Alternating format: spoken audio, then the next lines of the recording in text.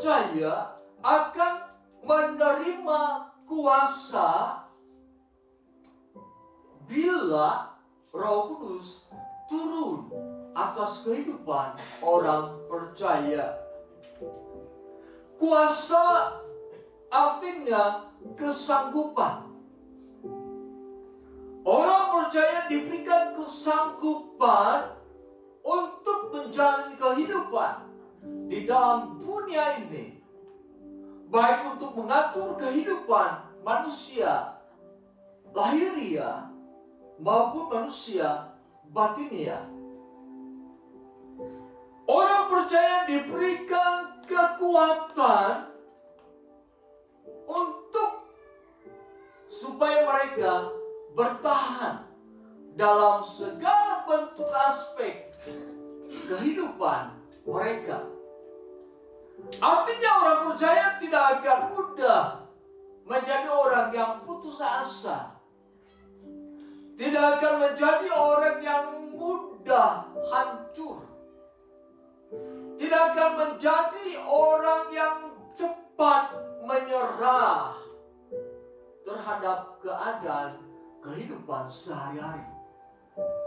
Mereka memiliki kekuatan.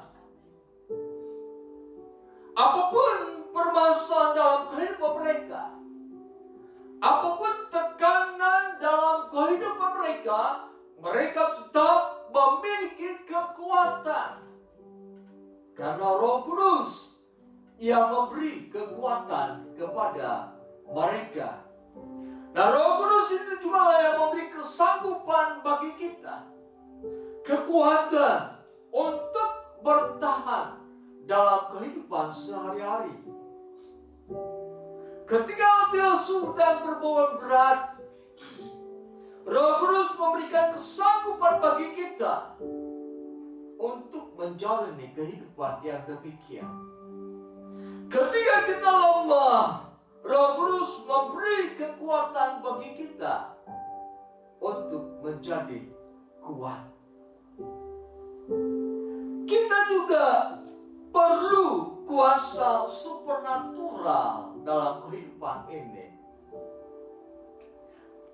Kuasa supernatural itu bisa kita dapatkan lewat Roh Kudus yang memberi kuasa kepada kita. Kuasa supernatural dapat kita wujudkan lewat doa kita, lewat ucapan kita, lewat firman yang keluar dari mulut kita. Kita juga membutuhkan mujizat. Semua itu diperuntukkan bagi orang yang percaya. Dan kuasa itu diberikan ketika Roh Kudus hadir dan ada dalam kehidupan kita. Mari kita perhatikan Kisah Para Rasul pasal 1 ayat yang ke-8.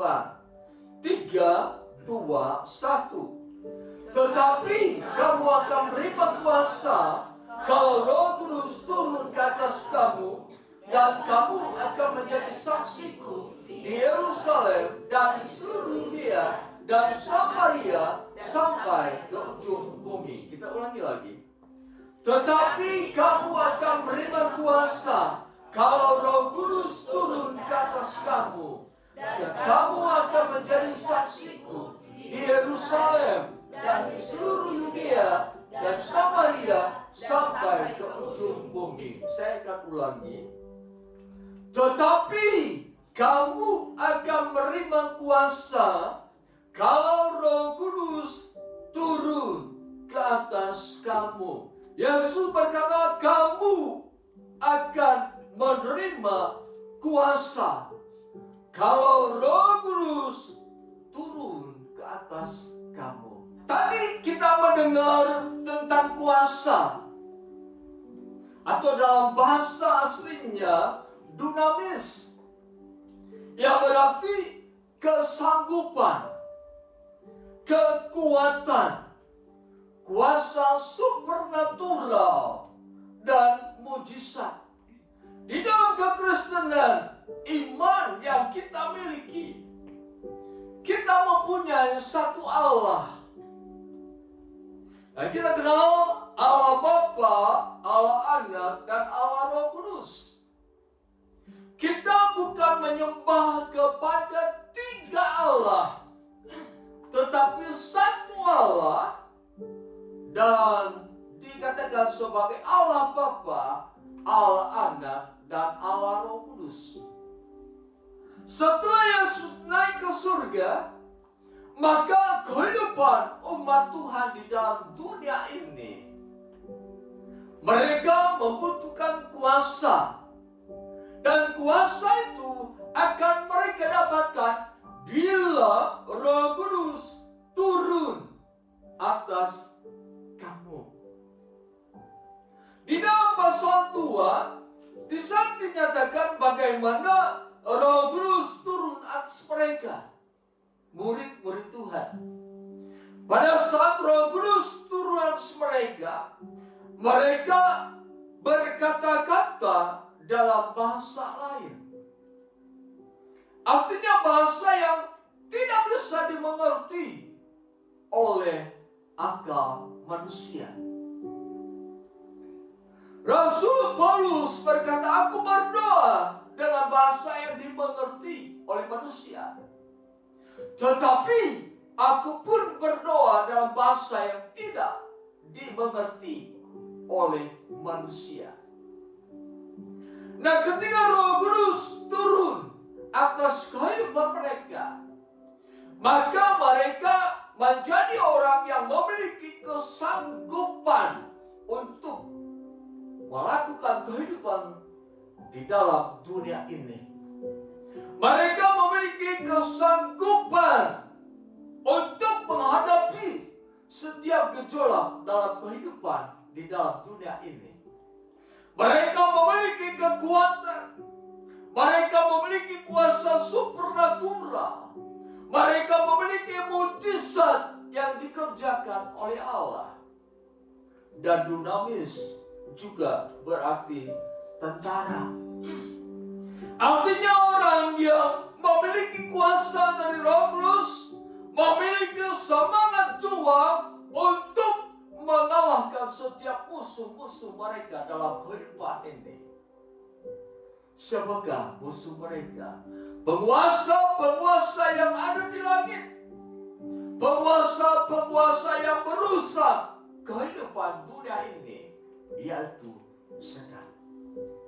Orang yang memiliki Roh Kudus di dalam kehidupannya senantiasa akan berperang dalam kehidupan ini, memerangi segala pekerjaan setan, memerangi segala sesuatu kehidupan yang tidak sesuai dengan firman Tuhan.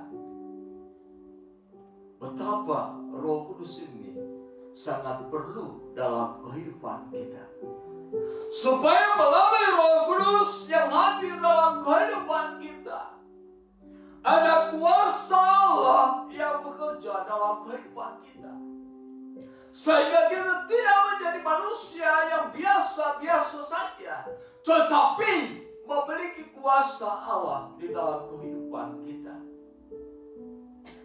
Rasul Paulus sebelum bertobat, dia bernama Saulus. Dia hanya memiliki kuasa ketika mendapatkan surat dari imam-imam besar untuk menangkap, membunuh orang-orang Kristen pada saat itu. Tetapi setelah Saulus berjumpa dengan Yesus, setelah Saulus dikatakan dipenuhi dengan Roh Kudus, memiliki kekuatan, Paulus memiliki kuasa supernatural. Paulus bisa melakukan mujizat. Paulus berperang dengan penguasa-penguasa dunia ini. Kita perhatikan Kisah Para Rasul pasal yang ke-9 ayat 17. Demikian dikatakan firman Tuhan. Lalu pergilah Ananias ke situ dan masuk ke rumah itu. Ia menumpangkan tangannya ke atas Saulus. Katanya, Saulus, saudaraku, Tuhan Yesus yang telah menampakkan diri kepadamu di jalan yang engkau lalui, telah menyuruh aku kepadamu, supaya engkau dapat melihat lagi dan penuh dengan Roh Kudus. Saulus setelah berjumpa dengan Tuhan Yesus, dikatakan bahwa Allah memenuhi Saulus dengan Roh Kudus. Saulus yang kemudian bernama Paulus adalah pribadi yang penuh dengan Roh Kudus. Ada 4 hal di dalam kehidupan Paulus bahwa Roh Kudus yang memberikan kuasa kepada Paulus. 4 hal inilah yang akan kita perhatikan pada saat ini. Yang pertama, kuasa dari Allah Roh Kudus untuk mengubah sikap hidup. Artinya kehidupan manusia lama Rasul Paulus, setelah dia penuh dengan Roh Kudus, dia memiliki kuasa untuk mengubah sikap hidupnya. Paulus memiliki kuasa untuk merubah segala bentuk karakter di dalam kehidupannya. Perhatikan dalam Kisah Para Rasul pasal 9 ayat 1 dan 2. Sementara itu berkobar-kobar hati Saulus untuk mengancam dan membunuh murid-murid Tuhan. Ia menghadap imam besar dan meminta surat kuasa daripadanya untuk dibawa kepada majelis-majelis Yahudi di Damsyik, supaya jika menemukan laki-laki atau perempuan yang mengikuti jalan Tuhan, ia menangkap mereka dan membawa mereka ke Yerusalem. Sebelum Roh Kudus hadir dalam kehidupan Paulus, sebelum Roh Kudus memberikan kuasa dalam kehidupan Paulus, dulu ketika dia bernama Saulus, dia mempunyai karakter, mempunyai sikap hidup, mengancam, membunuh, menyengsarakan, menganiaya orang-orang percaya. Tetapi setelah Roh Kudus hadir dalam kehidupan Saulus, merubah sikap hidupnya, karakternya dirubah. Paulus menjadi orang yang mengasihi umat Tuhan. Paulus menjadi orang-orang yang mengasihi sesamanya. Paulus menjadi orang-orang yang mau mati supaya orang lain diselamatkan. Jadi perubahan sikap Paulus adalah perubahan yang disebabkan karena dia memiliki kuasa dari Allah Roh Kudus. Dan kuasa itu yang mengubah sikap hidup Rasul Paulus. Dulu dia pembenci, kini dia menjadi orang yang mengasihi. Dia mengejar-ngejar orang yang percaya kepada Kristus untuk dibunuh. Tapi setelah dia penuh dengan Roh Kudus dan kuasa Tuhan, Dia mengejar-ngejar orang supaya mereka menerima Yesus sebagai Tuhan dan Juru Selamat.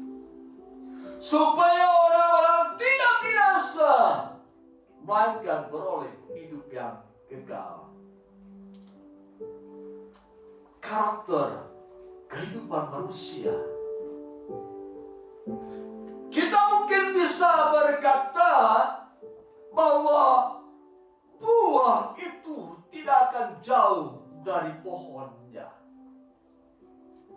Artinya karakter seseorang tidak akan jauh berbeda dengan ayah dan ibunya.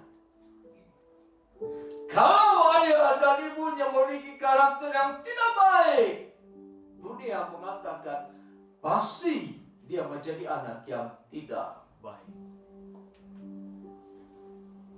Dunia mengatakan kalau orang tuanya rusak, pasti anaknya juga dalam keadaan rusak. Itu yang dunia katakan, yang dunia percayai. Tetapi bagi Tuhan, bagi Roh Kudus yang hadir dalam kehidupan orang percaya, masa lalu bisa dirubah oleh kuasa Tuhan. Karakter-karakter yang buruk, yang tidak sesuai dengan kehendak Tuhan, bisa dirubah karena ada kuasa Roh Kudus dalam diri orang percaya. Apapun karakter yang ada dalam kehidupan orang percaya, dulu karakter yang tidak baik, dulu karakternya jahat, dulu karakternya buruk, bisa dirubah oleh Roh Kudus yang ada di dalam kehidupannya. Karena ada kuasa di dalam diri orang tersebut. Hanya yang menjadi permasalahan, maukah orang itu berubah atau tidak? Kalau dia membiarkan kuasa Roh Kudus mengubah kehidupannya, dia akan memberikan kehidupannya kepada kuasa yang dari Allah itu, sehingga ada terjadi perubahan di dalam kehidupannya. Tetapi ketika dia mengeraskan hati, tentu perubahan sikap hidup karakter ini sulit terjadi. Sebab apa? Dia sudah memandangkan roh yang ada di dalam dirinya. Dia sudah menduka citakan roh yang ada di dalam dirinya, sehingga karakter sikap hidupnya tidak berubah. Sering kita mendengar, sudah dibaptis, kok hidupnya begitu saja, tidak ada perubahan. Dulu jahat, sekarang jahat. Dulu berkelakuan baik, dulu berkelakuan buruk, sekarang udah percaya Tuhan juga berkelakuan buruk. Dulu sering bermusuhan, sekarang udah terima Yesus, sudah berbahasa roh, toh tetap hidup bermusuhan, berselisihan. Perlu ditanyakan, adakah kuasa di dalam diri orang tersebut? Adakah Roh Kudus di dalam diri orang tersebut? Sebab Roh Kudus hadir dalam kehidupan orang percaya untuk merubah sikap karakter orang percaya supaya menjadi serupa dengan gambaran Yesus Kristus. Yang kedua, kuasa yang ada di dalam diri Paulus adalah kuasa yang dapat mengubah tujuan hidup. Tujuan hidup Rasul Paulus, kita perhatikan Kisah Para Rasul pasal 9 ayat 1 sampai dengan yang kedua. Sementara itu berkobar-kobar hati Saulus untuk mengancam dan membunuh murid-murid Tuhan. Ia menghadap imam besar dan meminta surat kuasa daripadanya untuk dibawa kepada majelis Yahudi di Damsyik, supaya jika ia menemukan laki-laki dan perempuan yang mengikuti jalan Tuhan, ia menangkap mereka dan membawa mereka ke Yerusalem. Tujuan hidup Saulus pada saat itu adalah untuk menangkap, mengancam, dan membunuh murid-murid Tuhan. Dia mempunyai tujuan yang ada dalam kehidupan manusia sebelum ia percaya kepada Yesus sebagai Tuhan dan Juru Selamat. Tetapi setelah Saulus penuh dengan Roh Kudus, tujuan hidupnya berubah. Kini tujuannya bagaimana orang-orang percaya semakin dikuatkan. Tujuannya bagaimana supaya orang-orang percaya tidak murtad atau meninggalkan Yesus. Tujuannya bagaimana orang-orang Kristen bertumbuh dalam pengenalan akan Tuhan. Tujuannya bagaimana orang-orang Kristen hidup sebagai manusia baru. Jadi, ketika seseorang penuh dengan Roh Kudus, dia memiliki tujuan yang berbeda dengan kehidupan manusia lama. Ketika tujuan kehidupan kita mengarah kepada kehidupan manusia batinnya, kepada perkara-perkara surgawi, itu merupakan satu tanda kuasa yang dari Roh Kudus sedang bekerja dalam kehidupan kita. Kalau ketika kita setia beribadah kepada Tuhan, maka tujuan kuasa Roh Kudus akan terus membimbing kita agar memiliki tujuan hidup, terus meningkatkan iman yang kita miliki. Kalau kita beriman kepada Yesus, lalu kita mengendor, melemah, meninggalkan Yesus, berarti tidak ada kuasa Roh Kudus dalam kehidupan kita. Roh Kudus yang ada dalam kehidupan kita memberi tujuan hidup yang baru, agar kita lebih mendekatkan diri kepada Tuhan, lebih mengutamakan Tuhan, lebih setia kepada Tuhan, lebih dengar-dengaran, dan mau diproses oleh Tuhan. Saudara yang kasih dalam nama Yesus Kristus, kita perhatikan Filipi pasal 3.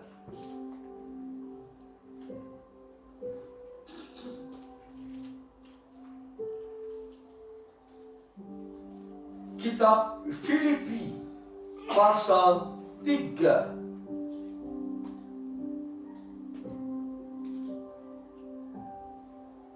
Ayat yang keempat.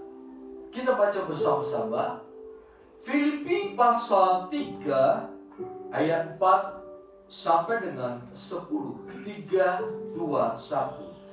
Sekalipun aku juga ada alasan untuk menaruh percaya pada hal-hal lahiriah, jika ada orang lain menyangka dapat menaruh percaya pada hal-hal lahiriah, aku lebih lagi.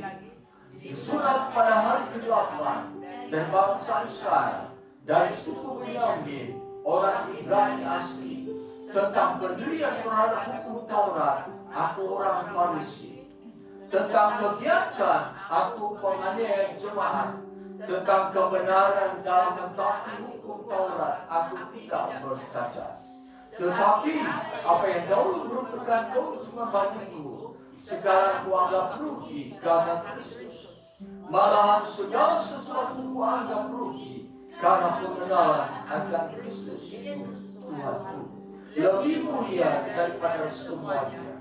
Oleh karena Dialah aku telah melepaskan semuanya itu dan menganggapnya sampah, supaya aku memperoleh Kristus dan berada dalam Dia bukan dengan kebenaranku sendiri, tetapi karena mentaati hukum Taurat, melainkan dengan kebenaran dan kepercayaan kepada Kristus, yaitu kebenaran yang Allah anugerahkan berdasarkan kepercayaan yang ku kehendaki Allah mengenal Dia dan kuasa kebangkitannya dan bersekutuan dalam penderitaannya, di mana aku menjadi serupa dengan Dia dalam kematiannya. Kamu akan menerima kuasa, dan kuasa itu adalah kuasa yang bisa mengubah tujuan hidup, yang mengejar keduniawian, mengejar perkara-perkara lahiriah, seakan-akan 24 jam kurang bagi mereka untuk mengejar hal-hal yang lahiriah. Kini setelah ada kuasa di dalam dirinya, ada perubahan dalam tujuan hidup. Seperti yang Rasul Paulus katakan, dulu aku menjadi kaya karena jabatan. Dulu aku dihormati karena jabatan. Aku banyak relasi karena jabatan. Aku mempunyai kekuasaan karena jabatan. Dulu aku hidup enak. Dulu aku hidup senantiasa berkelimpahan. Tetapi setelah aku menerima Yesus, setelah aku dipenuhi dengan Roh Kudus, ada kuasa yang mengubah tujuan hidupku. Dan aku katakan, semua itu sama. Kini yang ku kehendaki ialah mengenal Dia dan kuasa kebangkitannya dan persekutuan dalam penderitaannya, di mana aku menjadi serupa dengan Dia dalam kematiannya. Inilah tujuan hidup yang dirubah oleh kuasa yang dari Roh Kudus. Rasul Paulus katakan, aku yang ku kehendaki. Artinya dia tidak memiliki kehendak lain kecuali mengenal Dia dan kuasa kebangkitannya dan persekutuan dalam penderitaannya. Tujuan hidup kita pada saat sekarang harus kita tinjau. Apakah tujuan kita semata-mata supaya kita hidup di dalam dunia untuk menyenangkan diri sendiri? Apa tujuan kita di dalam dunia ini hidup untuk mengumpulkan harta? Apakah tujuan hidup kita di dalam dunia ini hanya sekedar untuk makan, minum, dan bersenang-senang? Apakah tujuan hidup kita di dalam dunia ini hanya memuaskan keinginan daging?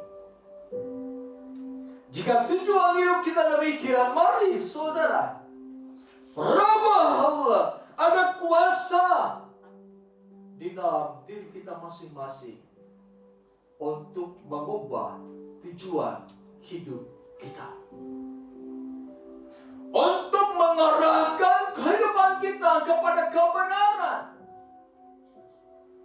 untuk mengarahkan kehidupan kita kepada kehidupan yang tidak hanya di dalam dunia ini, tetapi di dunia yang akan datang, yaitu dalam kerajaan surga bersama dengan Allah dan Kristus yang duduk di sebelah kanan Allah. Perhatikan seluruh aspek kehidupan kita. Perhatikan karakter dalam kehidupan kita. Perhatikan sikap hidup dalam kehidupan kita. Perhatikan tujuan hidup kita di bumi ini. Supaya jangan menjadi serupa dengan dunia ini. Rasul Paulus berkata, janganlah kamu menjadi serupa dengan dunia ini. Karakter-karakter dunia harus kita tinggalkan. Itu ada di dalam Efesus pasal 4. Tujuan hidup yang lahiriah, yang duniawi harus kita tanggalkan. Tetapi bukan berarti kita meninggalkan pekerjaan kita, meninggalkan mata pencaharian kita, meninggalkan segala sesuatu yang kita miliki, lalu kita pergi ke sebuah gunung yang tinggi. Di sana kita berpuasa. Di sana kita menyendiri. Tidak demikian. Kuasa yang untuk merubah karakter dalam kehidupan kita, mengubah sikap hidup, mengubah tujuan hidup harus terjadi dalam kehidupan kita di tengah-tengah masyarakat. Supaya dunia melihat sungguh ada perbedaan dalam kehidupan kita antara orang yang mengenal Tuhan, orang yang penuh dengan Roh Kudus, dengan orang yang hanya sebatas berlabel sebagai orang Kristen saja. Yang ketiga, kuasa yang dari Allah Roh Kudus untuk menguatkan batinia dalam kehidupan seseorang yang percaya, yang mengaku bahwa Yesus ada Tuhan dan Juru Selamat. Manusia batinia bagian dalam kehidupan kita ini memegang peranan penting bagaimana kita menguasai manusia lahiriah kita. Kalau manusia batinia kita lemah, manusia lahiriah kita akan mengalami kerusakan. Artinya manusia lahiriah kita bukan menjadi hal yang teristimewa dalam kehidupan ini, tetapi manusia batinia kita adalah yang teristimewa dalam kehidupan kita di dalam dunia ini. Kehidupan manusia batinia, kehidupan manusia yang mengenal Yesus, kehidupan manusia yang percaya kepada Yesus, kehidupan manusia yang mempercayakan seluruh kehidupannya kepada Yesus, bisa menjadikan tubuh lahiriahnya kuat. Saudara, kadang-kala manusia berupaya untuk menguatkan tubuh jasmaninya, mengistimewakan tubuh jasmaninya, tetapi manusia batinnya atau inner di dalamnya keropos, tidak memiliki daya. Kita mendengar beberapa waktu yang lalu bagaimana orang-orang yang kuat, orang-orang yang kaya, mereka ambil satu keputusan untuk mengakhiri kehidupannya, bunuh diri karena mengalami kerugian dalam bisnis. Kita mendengar orang-orang kuat secara lahiriah, namun mereka mengakhiri kehidupannya. Itu bertanda manusia batiniannya dalam keadaan rusak. Tetapi kalau Roh Kudus turun, kalau Roh Kudus ada, kalau Roh Kudus bekerja dalam kehidupan kita, maka ada kuasa yang bisa mengubah kelemahan lahiriah menjadi kuat, karena manusia batiniannya manusia yang dipenuhi dengan kuasa daripada Tuhan. Kita perhatikan kisah para rasul.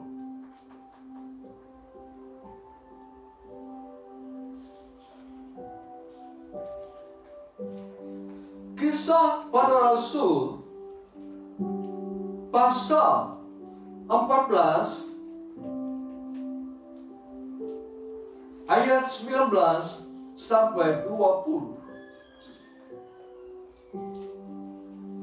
Tetapi datanglah orang-orang Yahudi dari Antiokhia dan Ikonium, dan mereka membujuk orang banyak itu memihak mereka. Lalu mereka melempari Paulus dengan batu dan menyeretnya keluar kota, karena mereka menyangka bahwa ia telah mati. Akan tetapi ketika murid-murid itu berdiri mengelilingi dia, bangkitlah ia lalu masuk ke dalam kota. Saudara, Paulus yang penuh dengan Roh Kudus, ada kuasa di dalam dirinya yang menguatkan manusia batiniahnya. Firman Allah katakan Paulus dilempari dengan batu, Paulus dianiaya, Paulus diseret dari dalam kota keluar kota. Tubuhnya mengalami kerusakan, tubuhnya mengalami kesakitan, tetapi karena ada kuasa di dalam dirinya, kuasa yang menguatkan manusia batiniahnya, dalam keadaan tubuh yang rusak dan teraniaya, dia bangkit dan berjalan menuju tempat di mana murid-muridnya berada. Jadi kelemahan manusia lahiriah bisa dirubah ketika batinia memiliki relasi dengan Tuhan. Ketika batinnya terus mengarah kepada Tuhan. Saudara yang kasih dalam nama Yesus Kristus, inilah juga yang harus terjadi dalam kehidupan kita. Manusia batinnya kita harus terus bertumbuh dari sehari ke sehari, sehingga kelelahan jasmani ini tidak akan menguasai kehidupan kita, sebab ada roh di dalam diri kita yang menguatkan tubuh lahiriah ini. Kita perhatikan 2 Timotius 2 Timotius pasal 4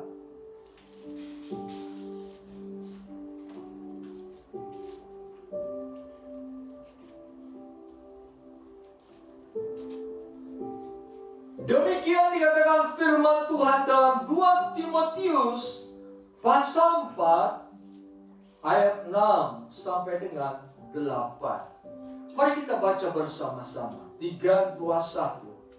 Mengenai diriku, darahku sudah mulai dicurahkan sebagai persembahan, dan saat kematianku sudah dekat. Aku telah mengakhiri pertandingan yang baik, aku telah mencapai garis akhir, dan aku telah memelihara iman.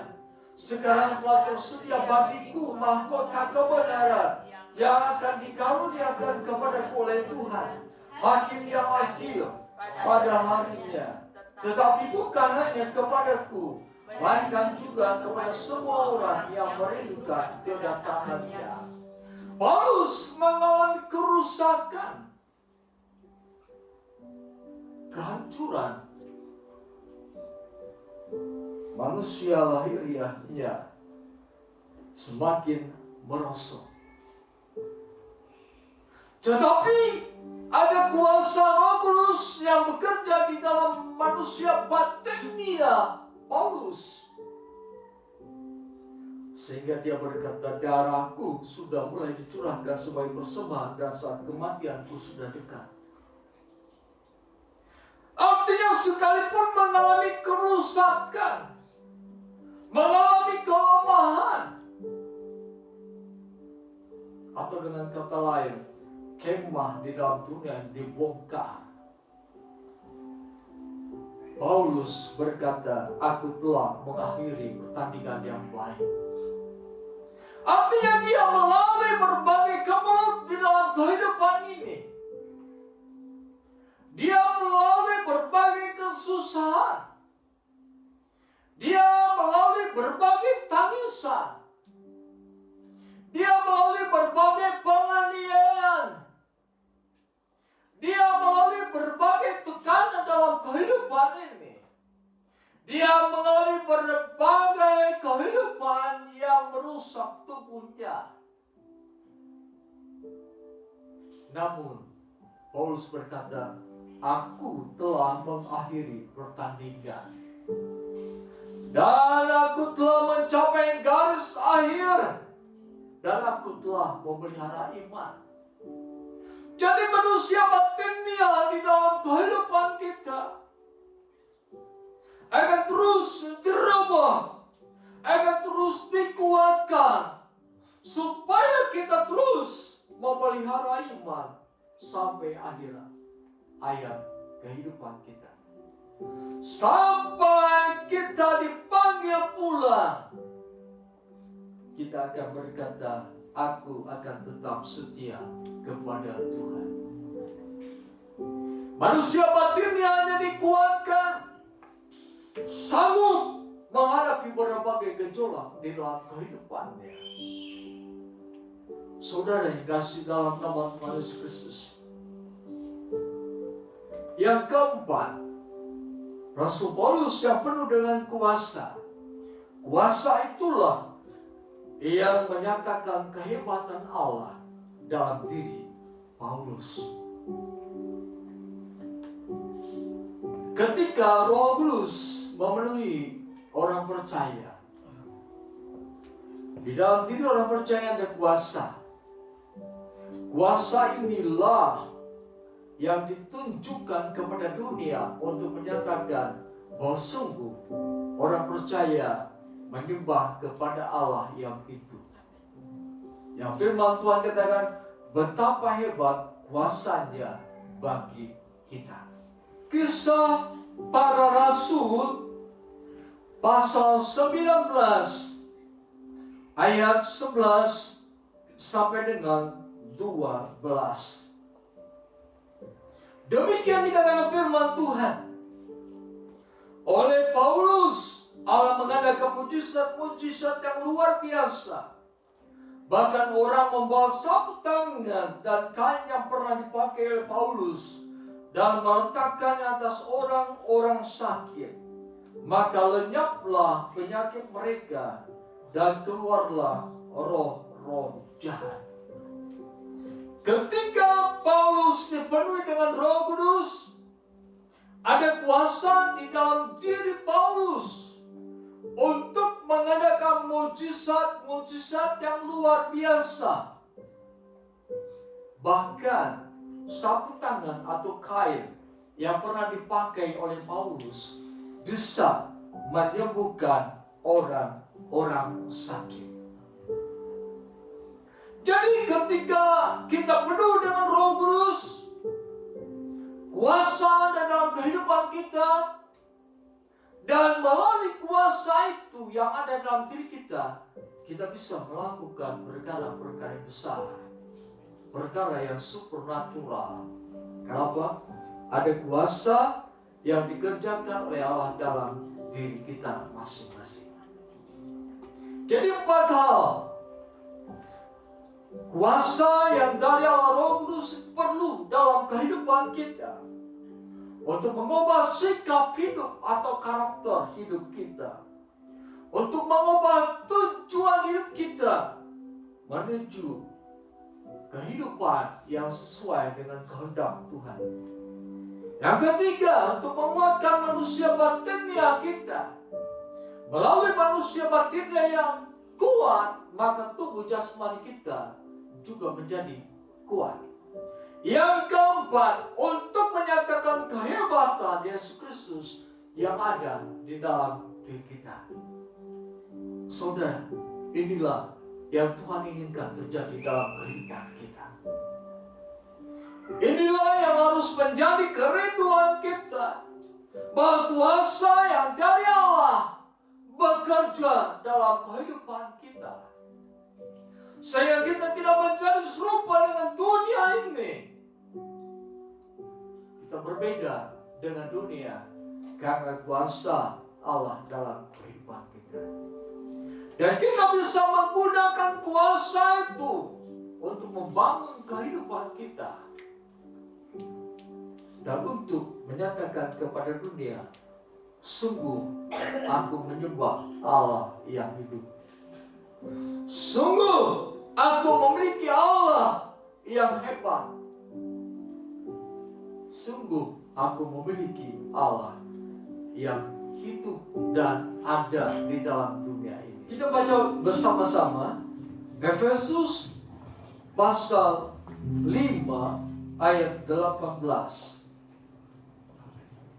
Kita baca bersama-sama Efesus pasal 5 ayat 18. 3, 2, 1.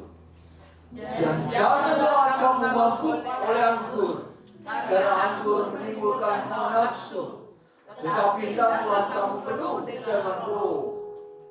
Hendaklah kamu penuh dengan roh. Hendaklah kamu penuh dengan roh. Hendaklah kamu penuh dengan roh.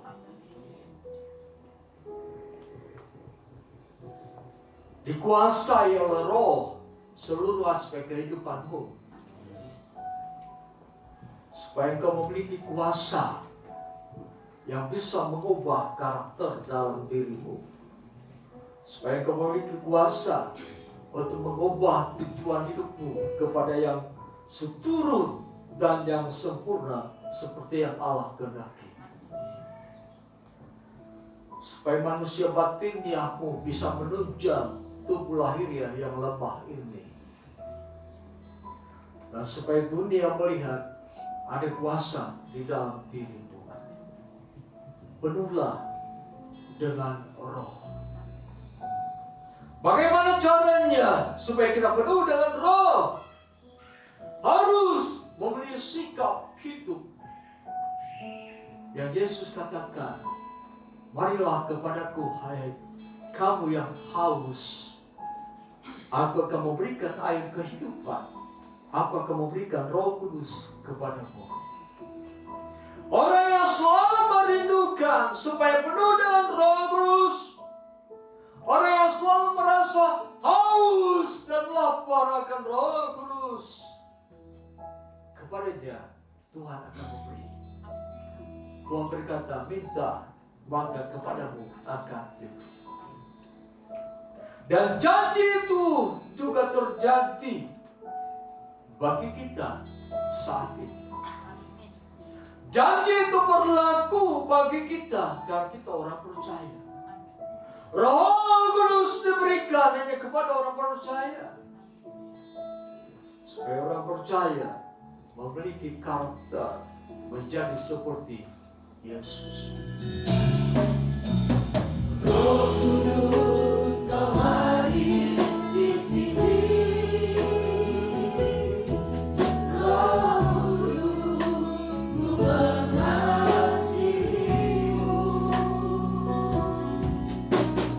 Kau lembut, Kau manis, Kau lapang rinduku, penolongku diutus tanganmu.